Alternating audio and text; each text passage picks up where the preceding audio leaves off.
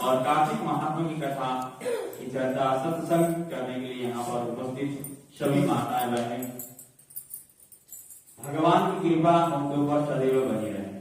आज एकादशी तिथि, एकादश दो पक्षों में आने वाले, एकादश का मतलब 11वें दिन, संस्कृत में एकादश कहा जाता है इसको। एकादश जब चंद्रमा प्रतिपदा से पूर्णिमा की तरफ जब बढ़ती है, शुक्ल पक्ष होता है, और पूर्णिमा से अमावस्या की तरफ जब जाता है तो ये कृष्ण पक्ष, ये दोनों पक्ष माने हैं। वैसे तो जो पक्ष है तिथियां सबकी अपने अपने महत्व है, सबकी अपने अपने रूप है, वैसे भी एकादशी का अपना रूप है। प्राचीन काल की बात है, एक मूर नाम का दैत्य बड़ा ही बलशाली था और ये देवताओं पर इसने विजय प्राप्त किया। वहां से देवता फिर भगवान नारायण की शरण में चले गए और नारायण और दैत्य मूर का घोर भयंकर युद्ध हुआ, दोनों में बहुत युद्ध हुआ। लेकिन क्या हुआ कि अब दैत्य को लगा, मूर दैत्य को लगा भगवान नारायण मेरे ऊपर भारी पड़ गए, तो भागने लगा। भागते भागते फिर भगवान की ऐसा युद्ध हुआ, भगवान भी थक गए। तो बद्रिकाश्रम भगवान आप वहां पर विश्राम करने लगे, तो वहां पर फिर विश्राम कर रहे थे। तो इतने में वो मूर नाम क्या थी, वो एकादशी नाम की करना है, वो हुंकार भरने लगी दैत्यों को लेकर, उसने पर उस दैत्य को मार। तब से जो है एकादशी के महात्म्य का, क्योंकि तभी से प्रचलन है। भगवान ने वरदान दिया है, वर्तों में श्रेष्ठ, वर्तों का राजा, जैसे ग्रहों के राजा सूर्य हैं, वैसे ही वर्तों का राजा एकादशी। एकादशी वर्ष, इससे श्रेष्ठ कोई वर्ष है ही नहीं।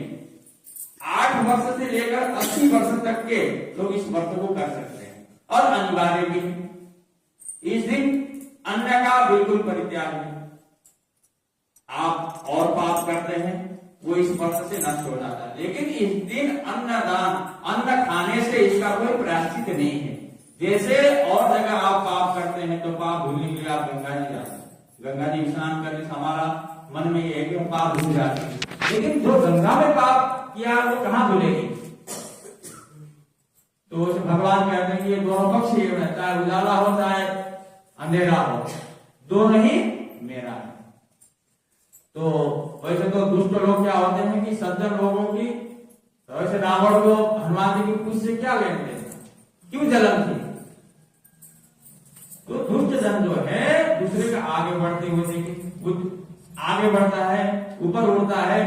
क्योंकि वो एक पूछ की समान, वो पूछ से बड़ा जलन होता है। वैसे तो पूछ से कोई लेन देन है नहीं, फिर भी जलन होती। तो बोल राधे राधे। तो भगवान कहते हैं ये दोनों पक्ष हमारा है। मैंने भी तो काली रात में जन्म लिया है, मैंने काली रात में जन्म लिया, मैंने काली रात में जन्म लिया, और काली रात का दूध पिया, काली रात का दूध पिया, मैंने कमली काला इसलिए काला हो, मैंने कमली इसलिए काला हो, तेरा रंग काला हो,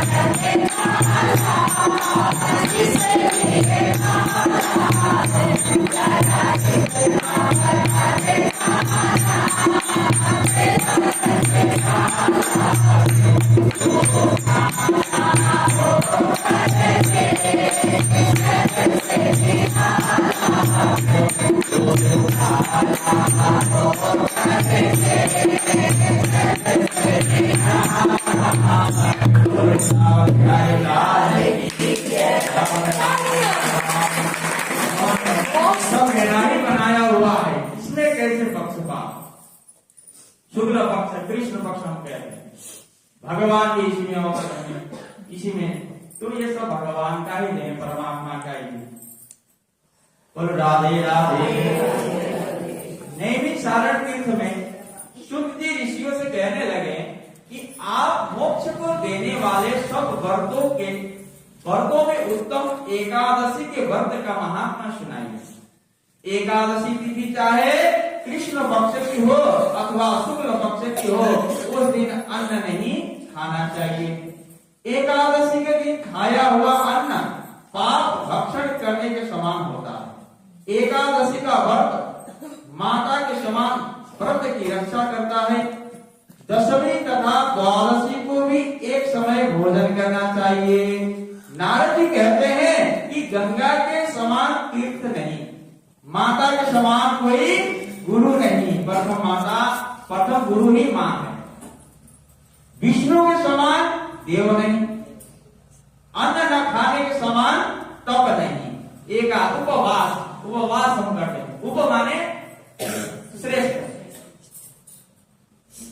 उपवास माने यानी कि उस दिन भगवान का रूप माने भगवान श्रेष्ठ नारायण के निकट हम व्रत करके उसके पास यानी कि उसके सामने हम रहें, तो भजन करते रहे। ये नहीं कि उपवास करते रहे फिर दुनियादारी में चलते रहे, ऐसा नहीं। उस दिन एक दिन हमें मिलेगा उपवास करें। भगवान के निकट होकर हम भजन करें, कीर्तन करें, वो इसका नाम है उपवास। विष्णु के समान देव नहीं, अन्न न खाने के समान कोई कप नहीं, तथा शांति के समान संसार में कोई सुख नहीं, सत्य के समान ज्योति नहीं, कार्तिक के समान कोई मास नहीं, ज्ञान के समान कोई लाभ नहीं, एकादशी के समान कोई व्रत नहीं। अभी हम चर्चा कर रहे थे कि इतना धन दीजिए जिसे गृहस्थ समाए। गृहस्थ तो चलता है, लेकिन हम क्या करते हैं, धन भरने में लगे, गृहस्थ चल रहा है, धन इकट्ठा करने में लगे हुए। वो पता नहीं 7 पीढ़ी तक गृहस्थ समाने की बात हम करते हैं। पहले 1 पीढ़ी तो देख लो, 7 पीढ़ी तो बहुत दूर की बात है। तो इसमें अपने मोक्ष का कारण करो, अपना मोक्ष, क्योंकि धन आप कहीं से धन आता है वो आपको क्षणिक सुख दे सकता है, लेकिन अल्प समय वो सुख नहीं दे सकता। वैसे धन की ये बात है कि धन की रक्षा करनी चाहिए। आप से धनम धन रक्षे दारे रवि धने रवि, धन की रक्षा, धन भी कहता है कि पहले हमारी रक्षा करो तो हम तुम्हारी रक्षा करेंगे, लेकिन सभी प्रयत्न से स्वयं की रक्षा करो।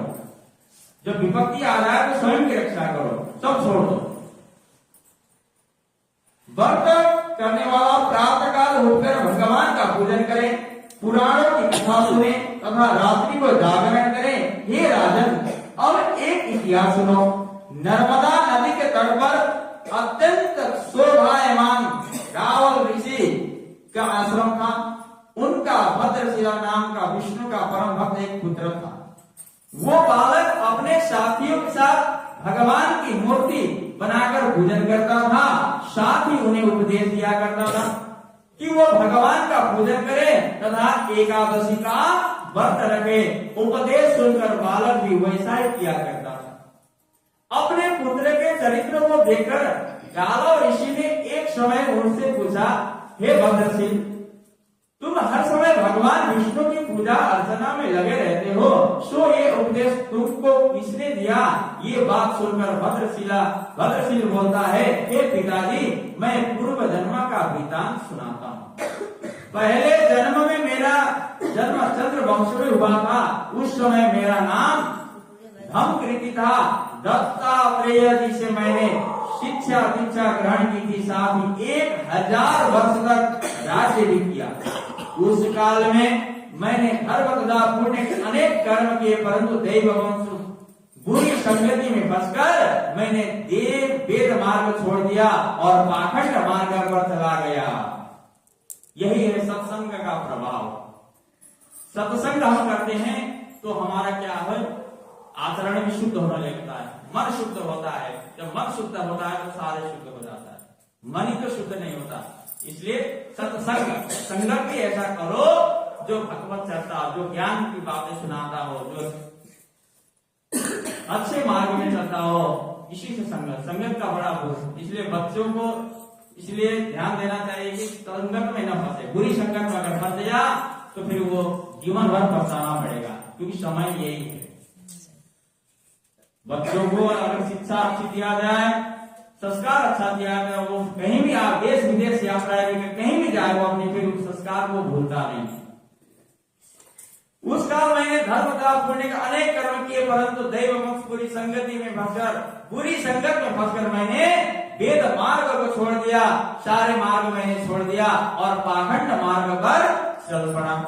मेरे दुराकरणों को देखकर प्रजा भी पाप करने लगे। इस तरह धर्म शास्त्रों के कथानुसार प्रजा के पाप का छठा भाग मुझको भी मिलने लगा। एक दिन शिकार खेलने के लिए मैं वन में गया। दिन भर भूखा प्यासा रहा, खाने पीने को कुछ नहीं मिला। जंगल में भटक जाने के कारण शाम को घूमता फिरता नर्मदा नदी के किनारे पर जा पहुंचा। उस दिन एकादशी का व्रत होने के कारण वहां पर एकत्रित अनेक वैष्णव भगवान का भजन कीर्तन कर रहे थे। हरि कथा हारा थका तथा भूखा प्यास होने के कारण मैं भी रात को वहीं रहा। रात भर वहीं पड़ा रहा और प्रातः काल होते भूख प्यास से मेरे प्राण निकल गए।